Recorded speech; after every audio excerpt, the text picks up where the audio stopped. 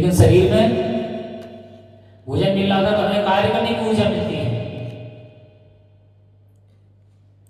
जब भोजन नहीं मिलता है तो क्या होता है, थकान हो जाती है, काम करने का मन नहीं करता। कहते हैं हमें भोजन मिल जाए तो शरीर में ऊर्जा आएगी तो हम कार्य कर पाएंगे।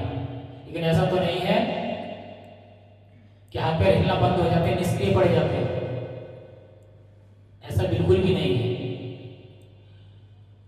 इससे ये सिद्ध होता है कि काम करने की जो शक्ति है वो केवल भोजन से मिलती है। लेकिन बाद बाकी जो ऊर्जा है, उस ऊर्जा का संचार जो है हमारे हृदय में निवास करने वाले आत्मा से प्राप्त होता है। अर्थात शक्ति का मुख्य स्रोत आत्मा है इस शरीर पर। अगर इस शरीर से आत्मा निकल जाता है तो शरीर ठंडा पड़ जाता है और कुछ समय बाद शरीर सड़ने लगता है।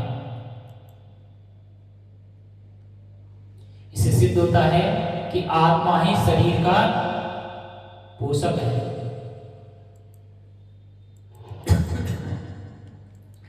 अगर किसी के शरीर से आत्मा निकल जाए फिर उसको कितना ही तुम ठूस ठूस के भोजन खिलाओ, क्या वो चलने लगेगा?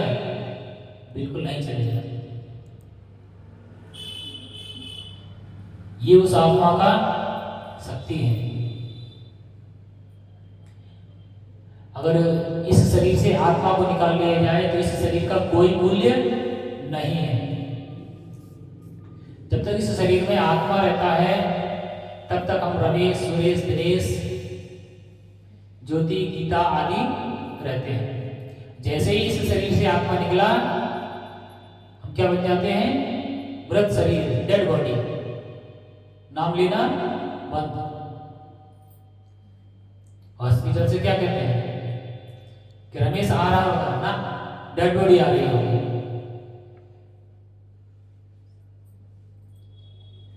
तो जो भी संबंध है वो इस आत्मा का चमत्कार है। इस आत्मा के जाते ही हमारा कोई अस्तित्व नहीं। जिस घर में हम रहते हैं उस घर के लोग भी कहते हैं कि जल्दी से बाहर करो, नहीं तो सड़ेगा, बदबू देगा। मजबूरी है, जब तक सारे रिश्तेदार नहीं इकट्ठे होते हैं तब तक उसको रखते हैं। और जैसे सब हो जाते हैं, सारा इंतजाम हो जाता है, सारी व्यवस्था होते ही राम नाम